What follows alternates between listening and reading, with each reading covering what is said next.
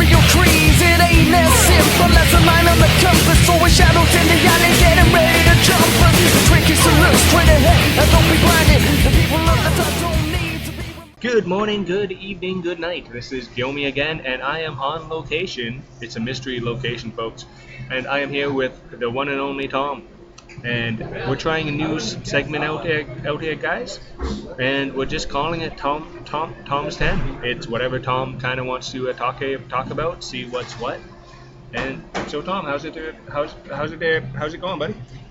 Things have been busy lately, but that's always the life of the glorious independent wrestler. Lately I've been noticing a lot of online comments, people, Attitude Era, greatest era, nothing's as good, etc., etc. I love the Attitude Era wrestling, obviously, kind of grew up with it.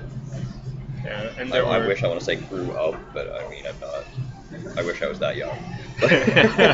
But it was definitely part of my formative years of watching wrestling. I love the Attitude Era, but nobody acts like it was this flawless, untouchable era, and so, not to, throw shade on the Attitude Era, but I just want to go over some stuff that maybe we all wanted to mentally block out and remind everyone that it wasn't the perfect era of indescribable wrestling flawlessness that everyone remembers or chooses to read about on WWE.com and the network. Because who actually goes back and rewatches a full Monday Night Raw from the Attitude Era? You watch matches, you watch spots. I do, because my brother has it on tape. Oh, yeah, because... Yeah, I just outed myself. Yeah, that's now we just outed my age. Tape trader. Wait a minute. Google it, kids. Figure out when tape trading was in. Just figure out how old I am. Because you know what, guys? Tape trading's fun. It was. It was a super fun thing to do. You meet people online. You give them money, or hopefully they send you things. It's just kind of like Amazon. Yeah, exactly. Anyway, so top 10. This week's Tom's 10 is going to be the top 10 god-awful Attitude Era moments you tried to forget. And I did specifically select 1997 through 2001, the height of the Attitude Era. So right off the top, we're going to start out with something that involved literal dog shit. The infamous Kettle from Hell match with Al Snow and the Big Boss Man from Unforgiven 1999. This 16-minute debacle, backstory was almost as bad as the match itself. The backstory was Big Boss Man had kidnapped Al Snow's dog, murdered it, and then fed it to Al. His dog Pepper. And so, right off, we've got like 3 felonies. That's the backstory for our match. Fabulous. So, rather than, have Boss Man arrested or whatever, Al clearly needs to avenge his dog in the most ludicrous fashion you can imagine. Kennel from Hell was the traditional old blue cage from the 80s style wrestling, surrounded also by the Hell in a Cell cage. And in between was going to be vicious Rottweilers. Vicious attack Rottweilers. However, when the vicious attack Rottweilers were brought out, the dogs were terrified because there's 17,000 people in the arena. And first off, they only got 3 of the 4 dogs in the cage because the one dog bolted and they could not get it under control. Like, it was just terrified. It would not go in the cage. And you can see it trying to hide under the ring apron. Sorry, they had the old curtain-style aprons back then. Okay. Dogs trying to hide under the curtain apron to get away from the people. Because they're dogs. And yes, this is before it even gets in the cage. Yeah. And so they get the door open of the cage, and then the one dog ass immediately decides to mark his territory and pisses on the cameraman who's trying to film the vicious attack dog coming in.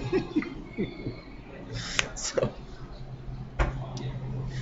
oh god.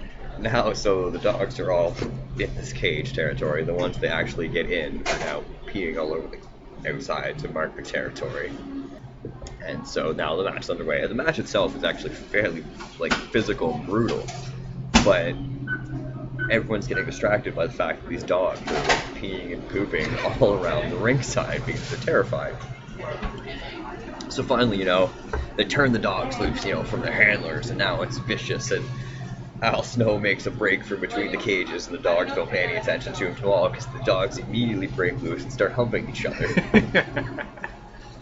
Have no interest whatsoever in the wrestlers. Yep.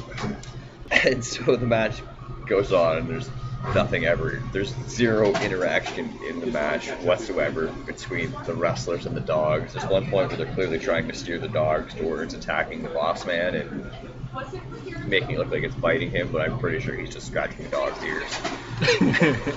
And then the dogs they just kind of cut away, and they're trying to get the dogs out of the cage. And it's just a literal shit show.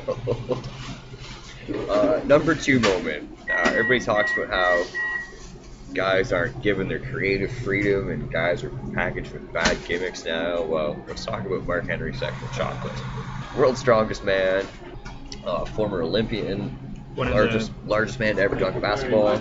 Yep, one of the pretty much baddest men on the planet. Sorry to steal Mike Tyson's line, but he is. Yes, and legitimately had won the World's Strongest Man competition in 1997.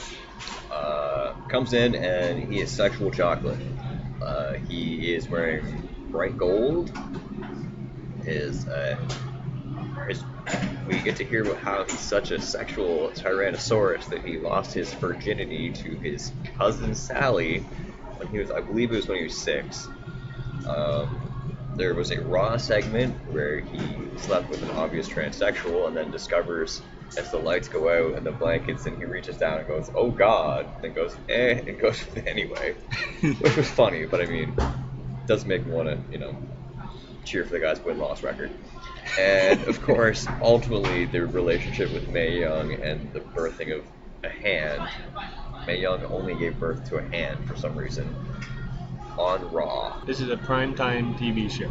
Friday, February 28th, 1997. Other horrible gimmicks that took up way too much line that everyone thinks is funny, but it was a terrible segment, was the Val Venus and Kai En Tai, I choppy your PP. And everyone remembers that and giggles like, "Oh, that was funny." That was 5 weeks worth of TV. 5 weeks worth of TV to make a I choppy your PP gig. It started with Val Venus he was a porn star of a wrestler for our young listeners, and the leader of we're trying to glaze over how super racist this gimmick was. Leader of the Kai En Tai faction their manager was Yamaguchi-san, and he spoke in pitched English. But anyway, Val Venus filmed a porno with Yamaguchi-san's wife and showed it on Raw, and so Yamaguchi-san was going to paddle. Basically, he's going to beat his wife in the ring to discipline her. In 1998. Yeah, this isn't like 50 years ago. This is 1998. Yeah, so Yamaguchi-san's going to paddle his wife with his wooden paddle in the ring, and Val Venus comes out and makes the save. And, so the next week, Kai En Tai comes out with a bunch of salamis and sausages, and of course Yamaguchi-san's got a samurai sword and talks about how he's going to choppy Val's PP. And so next week is a tag team match, and Taka Michinoku was teamed up with Val Venus.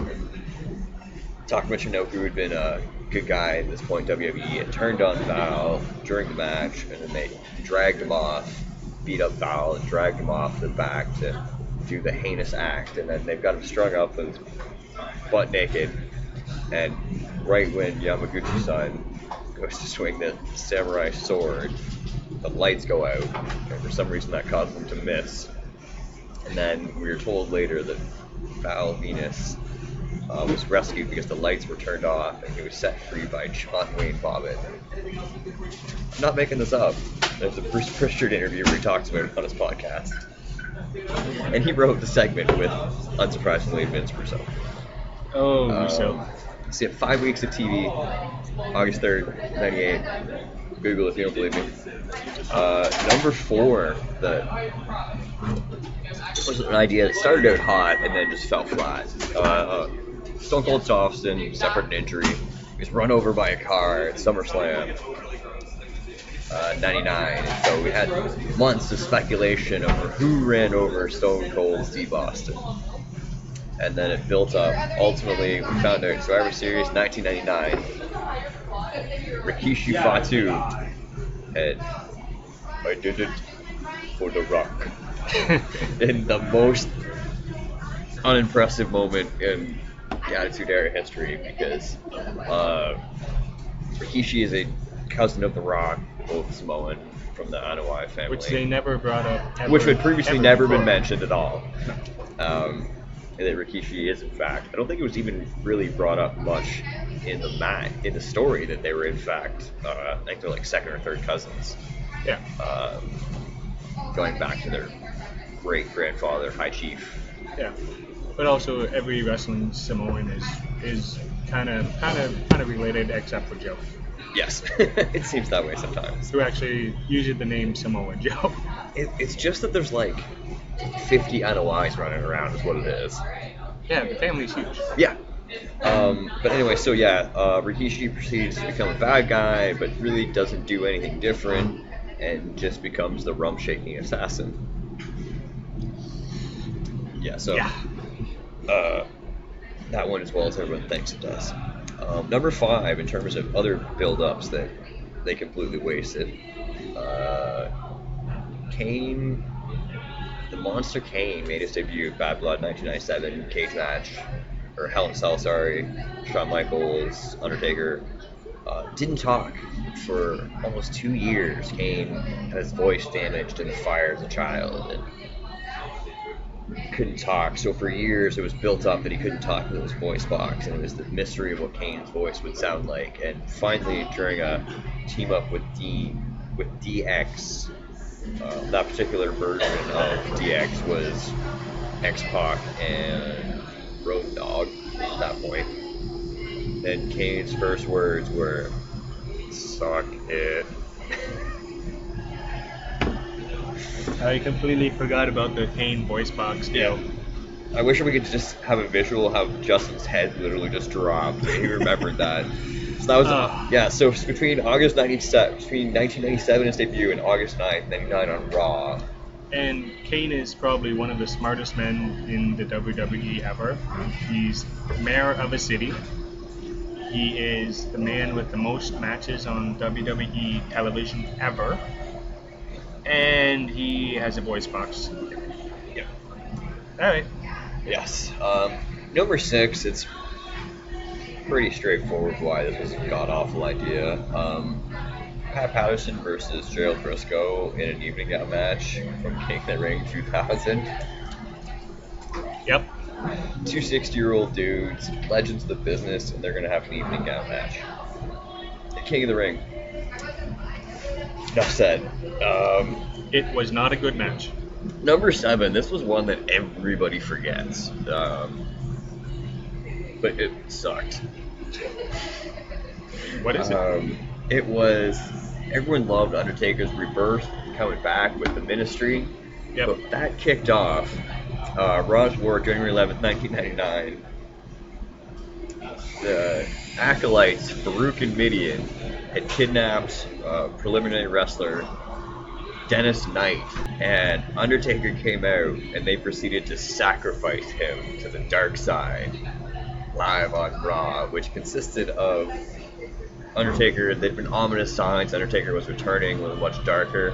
So Undertaker finally, after like literally 11 minutes of like long-winded talk, some of which was just in like speaking in tongues or like Latin, the Klaatu Semina da da, no one cares, who da. So Undertaker comes out, cuts his wrist, Yep. bleeds into a cup, and has Midian drink it, then makes a 4-minute speech all in tongues, Latin, which Midian then drinks, and then is reborn as Midian, the Dark Disciple. Isn't that the same guy who ran around the arena naked? Yes, it is. Okay. Poor Dennis Knight. Hold on. But he's a good wrestler. So overall, this was like probably 18, 20 minute segment on Raw.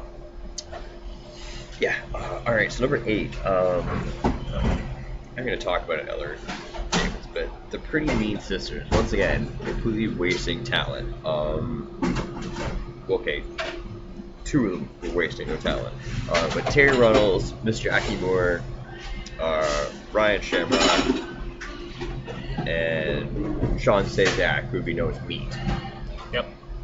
So the Pretty Mean Sisters, that's right, their gimmick is PMS. Came out with shirts that said PMS. Their Titantron included PMS. Fantastic gimmick.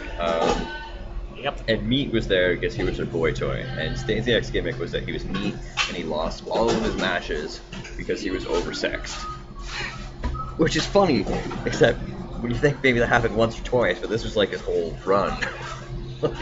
And also keep in mind, Sean Stasiak isn't like some nobody job guy. He is a second generation son of Sam Stasiak, who was the Worldwide Wrestling Federation champion back in 1973 and a member of the WWE Hall of Fame. Beat Pedro Morales back in 73.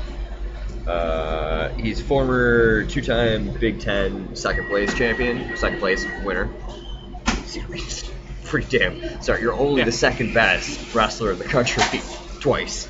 Yep. And he actually grew up in Toronto and was the OFSA, Ontario Federation of Secondary School Association High School champion wrestler. And so he got to, fantastic amateur record, second generation lineage greatness, and he gets to come in as the guy who loses because he had too much sex. With the What do you girls. think? Was that a McMahon thing or a Russo thing? I don't think anybody wants to admit to it in hindsight. Number 9. There's a bit of a theme in the last few here. We're gonna talk about the oddities. Oh man, that was one of those fun. Everybody talks about how bad the PG pitch to kids stuff is now. Oddities was one of the first. We're gonna pitch to kids, and was a terrible collection of people who should not have been together. But they were the oddities. They were like a freak show kind of gimmick. Debuted in May '97. It was the Jackal was the manager. It was Don Callis, Cyrus, Kurgan, Giant Silva, Golga, who was Earthquake wearing a mask. Yeah. With the lump that moved. Yes, the hump. Yep. ICP, Violent J, and Shaggy 2 Dope. Which they actually just put out their 15th album. Great rappers. They're actually like good hardcore wrestlers, but in terms of being a PG family draw, I don't know if they've ever met them at all. But No, I don't think they had any idea what they did. I think they were just, hey, they're on WCW as clowns. yeah. So they hired them. Luna Vachon, George the Animal Steel, and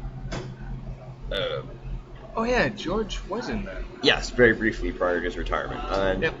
not to be rude to anybody, but both Kurgan and Giant Silva suffered from very advanced acromegalia, so Yep. they were incredibly limited physically. Earthquake was wearing a hump costume and was pushing 50 at this point. Yep. George the Animal Steel was well into his 50s at this point. ICP hated being there. Yes. So it did not go well. It was named Wrestling Observer Magazine's Worst Stable of the Year of 1998. I'm not Worst one stable to... of ever. Yeah, I'm not one to give Dave Meltzer big credit, but that's one of the few things we agree on. And they disbanded in '99 when most of them left the company. Yeah. And the final top 10 terrible thing is just Attitude Era had just garbage stables in general. Everybody remembers like DX and the Nation, and like there was so many god awful ones. They tried to repack Legion of Doom 2000, PMS and Oddities we mentioned, the Right to Censor, which was when we had the Good Father, because he was the Godfather reformed. Yeah, that was the worst idea ever. I'm like, hey, we have an awesome gimmick that everybody loves.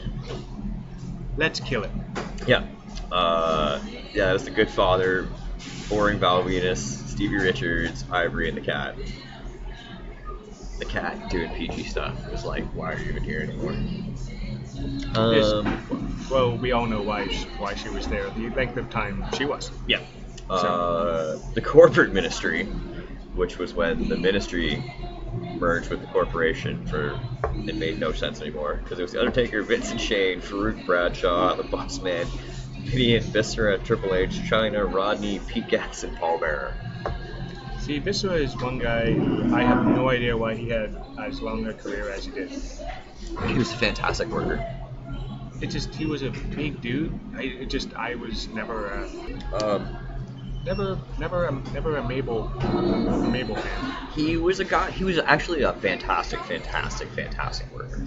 I've talked to many people who Sarge worked with, wrestled him once, and I've talked to other people who wrestled him, and they said he was just an amazing worker. He's one of those guys who was always packaged poorly. Yeah, maybe that's why, because I'm normally a big fan of the big guys, the giants. Yeah. Like, I've always had because he had the Big Daddy V gimmick too. Yeah, which it just was a very odd. I don't know why Vince always wanted to put him in neon purple. I don't understand that. Yeah. Oh yes, and if he would have been packaged as not to say it, but a Stone Cold Killer. Yeah. Like, he could have done Mark Henry Hall of Fame gimmick in way back when. Like when he was Viscera in the black trench coat, and that was badass. Yeah. No. And he just kind of got lost after Ministry broke up. Yeah. Also, everybody remembers how awesome the Nation was. Yep.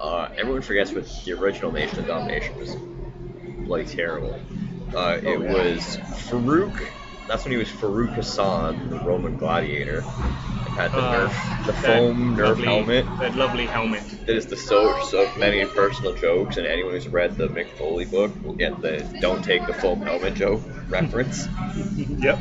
So Farouk Hassan, JC Ice, Wolfie D, D'Lo Brown, Crush. Yeah, Crush, the Hawaiian guy. Why was Crush ever? I don't know. Why? Savio Vega, and then Clarence Mason was the manager for the Nation. I can see Savio Vega in it, but Crush?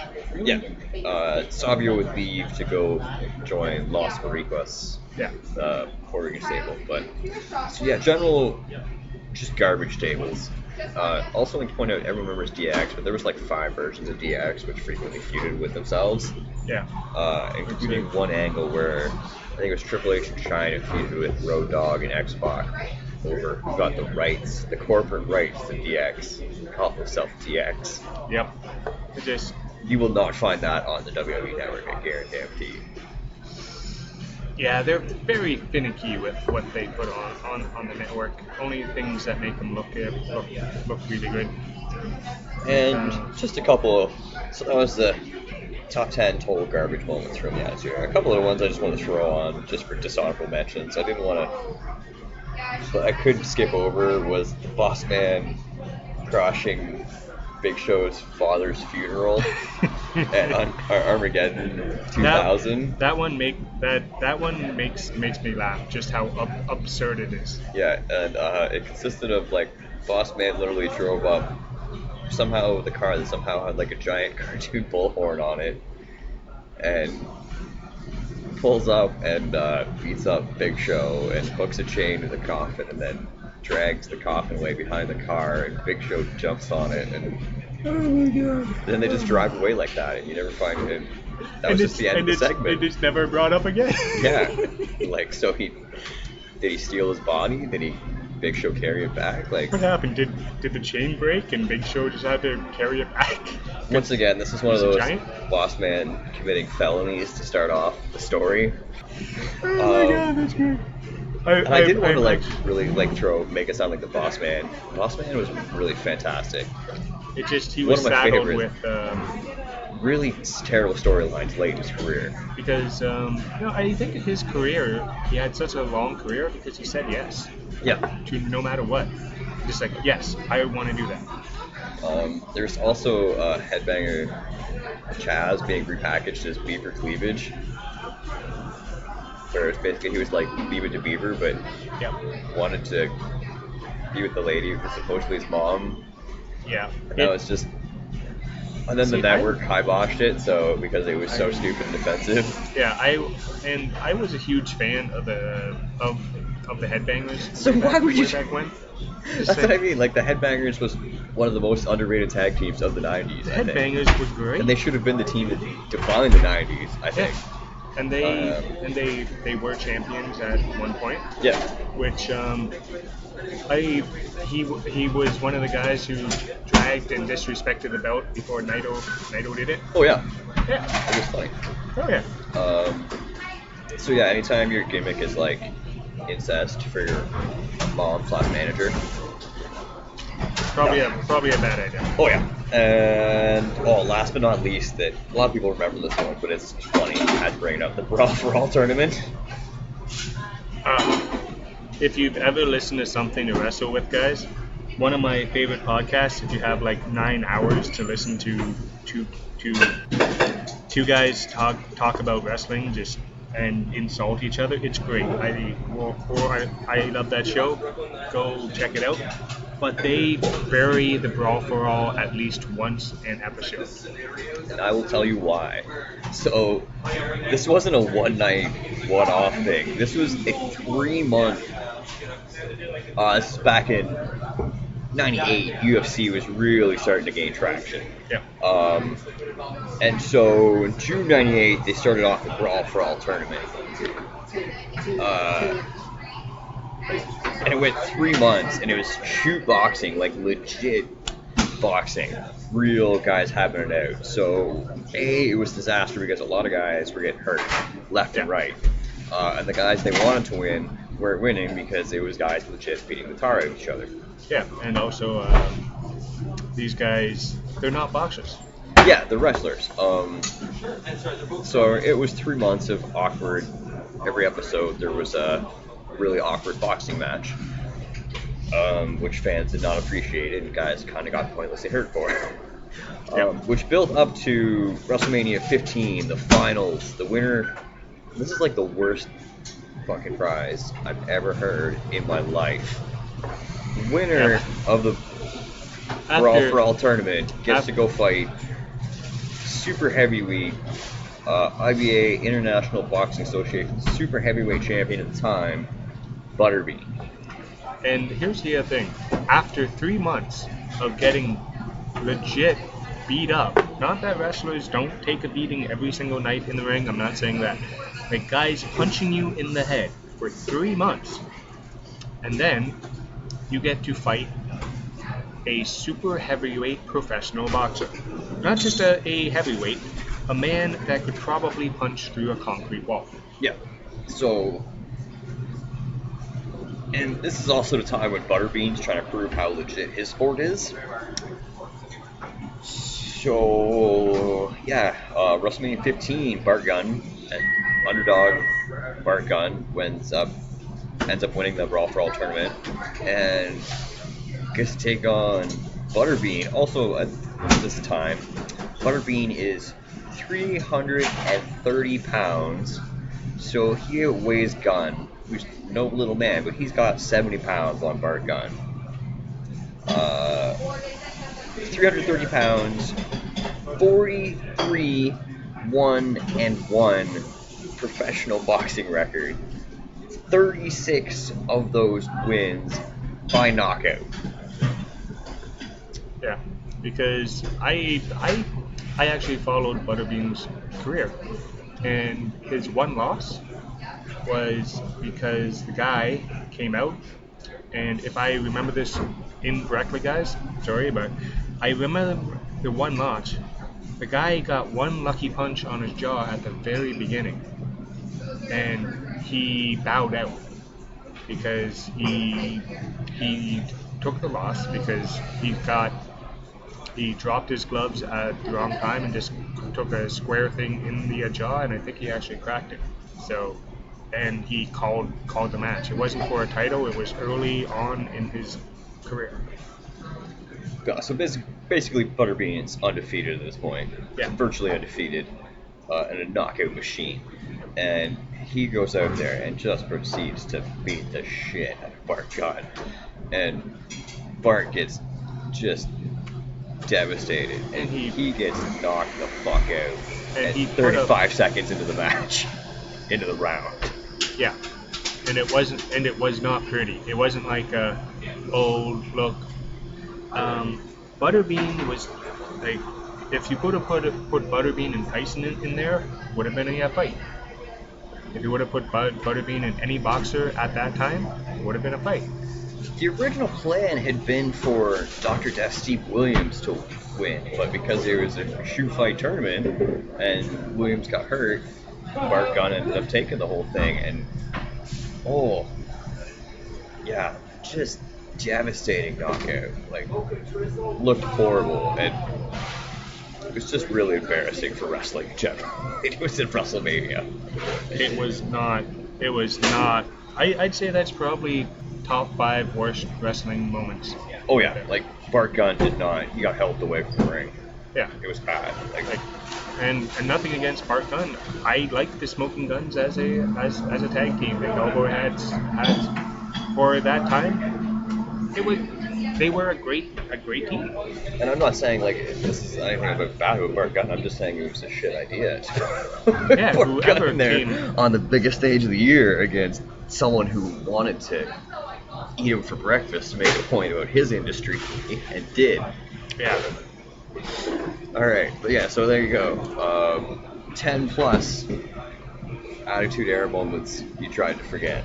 Yep. Once again, Tom, thank you.